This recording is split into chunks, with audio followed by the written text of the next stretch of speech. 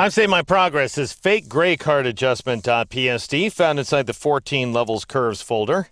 And in this exercise, we're going to throw away essentially all the automatic stuff that we've done so far. And we're going to apply some custom numerical adjustments on a channel by channel basis. So go ahead and double click on the thumbnail in front of levels there in order to bring up the adjustments panel. And I'm going to once again reset my options by clicking on the reset button. And then I'm going to click on auto. And the reason I'm clicking on auto is I want to go ahead and automatically reposition my black and white points at the beginning and end of the big mountainous histogram on a channel by channel basis. And that's something I'm going to need to do anyway, so I might as well have Photoshop do it for me automatically in advance. So I'll click on auto. And we get this change here. And we're not really terribly concerned with the accuracy of the modifications so far because we're going to be modifying our settings. Notice that we have a stretched histogram, so we have an after view of the histogram. There are no changes to the numbers under the histogram. So that means that Photoshop has made its modifications on a channel by channel basis.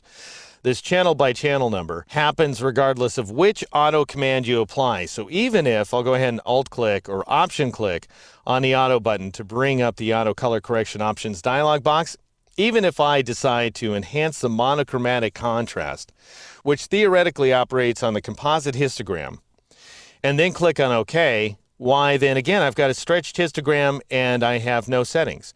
Instead, I have modifications on a channel by channel basis, and I want you to see this here.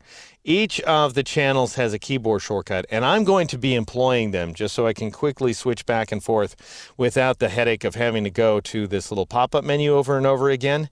Notice it's Alt or Option 2 for the RGB image, and then Alt or Option 3, 4, 5 for red, green, and blue, or whatever color channels are at work inside of your image. So if it's a CMYK image, it would be Alt or Option 2 for CMYK, then Alt or Option 3 through 6 for cyan through black. Anyway, I'm going to go ahead and switch to the red channel here. Press the escape key so that option is no longer active. Notice that the black point value is 47, the other values are unchanged. Then if I press Alt or Option 4 for the green channel, 47, the others are unchanged. Alt or Option for blue, 47, the others are unchanged. So even though auto contrast applied its modifications on a channel by channel basis, it applied the exact same modifications to each and every channel. So it would have been the same, we would get the exact same result as if I clicked on the reset button, switched back to RGB, and changed the black value inside of the composite view to 47. That is the exact same color correction right there. Anyway, I'm going to just click on auto to apply the auto tone function.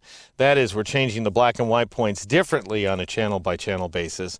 Now, because we already have a little bit of clipping in the original image, as indicated by that line on the far right-hand side of the graph, auto tone is not going to change the white point value. It just changed the black point values. As we can see here, if I press Alt 3 or Option 3, then the black point is 80. Alt or Option 4 and the black point is 50 in the green channel. Alt or Option 5 and the black point is 44 in the blue channel. All right, so that's a good starting point. What I typically do then is I might go ahead and back it off. Like I'm looking at this image and thinking, we may not have absolutely clipped the shadow detail in the eyelashes and the eyebrows and below her neck, but we're definitely getting awfully dark to the point that we're losing a lot of detail. So I'm going to start on my red channel by pressing Alt or Option 3, and I'll click inside that black point value, which is 80 currently, and I'll press Shift down arrow twice to take it down to 60. And then I'll press Alt or Option 4 in order to switch to the green channel.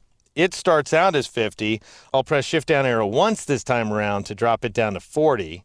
And notice that in each case, here's once again the red channel, and here is the green channel. And I want you to see that in each case, we're just clipping a few colors right there, a few existing luminance levels inside the image. So the auto button on its own is going to clip 0.1%. Then we're backing it off, so we're clipping more like, I would say, 0.05% of the luminance levels inside the image. So I really want to be as kind and loving to that original image as possible. Now I'll press Alt or Option 5 in order to switch to the blue channel, and I'll press Shift down arrow to reduce that value to 34, or I might even take it up to 35, let's say. So where the black point values are concerned, I've got 60 in the red channel, 40 in the green channel, 35 in the blue channel. Now I want to turn around and modify the gamma settings. And I'm going to start here inside the blue channel. Because the image has a little bit of a red color cast, as we've discussed many times so far, I'll tab over to my gamma value and I'm going to press Shift up arrow. We'd counter that red color cast by increasing the brightness of the other two channels. So I'll take that gamma value up to 1.1. Now she's a little bit too blue, so let's press Alt or Option 4 to switch to the green channel. Notice my gamma value is still active, so the value stays active as you switch channels, which is actually a helpful thing. And I'll press Shift up arrow here. Now she looks too green, so I'm going to back it off. I'll press the down arrow key a few times until I reduce that gamma value to 1.05. And that looks pretty darn good to me. It doesn't look perfect. And you're not always going to get perfection out of levels or curves or any of these features for that matter, because you're always trying to compensate for the original image. And if the original image isn't perfect in the first place, then all you're really going to do to it is reduce its level of imperfection. You may not make it totally perfect. Anyway, this looks pretty darn good though, I have to say. If I turn off levels, this is what she looked like before. This is what the image looks like with my levels adjustments that I've applied so far. Now, the one other thing I'd like to do is really increase the saturation of this image, because the more time I spend with it, the more it comes off as being awfully darn drab. And I'm going to add a vibrance adjustment layer. Now, I haven't given you a keyboard shortcut for vibrance, so we're going to have to create that one manually. I'll click on this left pointing arrowhead in the bottom left corner of the adjustments panel to switch back to the list of color adjustments available to me. Then I've got this guy right there, Vibrance. I'll Alt or Option click on that first icon in the second row, and I'll call this guy Color Blaster, and I'll click OK. And now I'm going to increase the saturation value just a little bit. I'm going to press Shift up arrow a couple of times in a row to take that saturation value up to +20. And then I'm going to send that vibrance value through the roof. I'm going to take it up to 85%, like so, and press the Enter key or the Return key on the Mac. And that is my final version of the image. I'll collapse the adjustments panel by double-clicking to the right of masks. And then I'll Alt-click or Option-click the eyeball in front of the background layer so that we can see the before version of the image. Here's what she looked like when we originally opened her oh so long ago.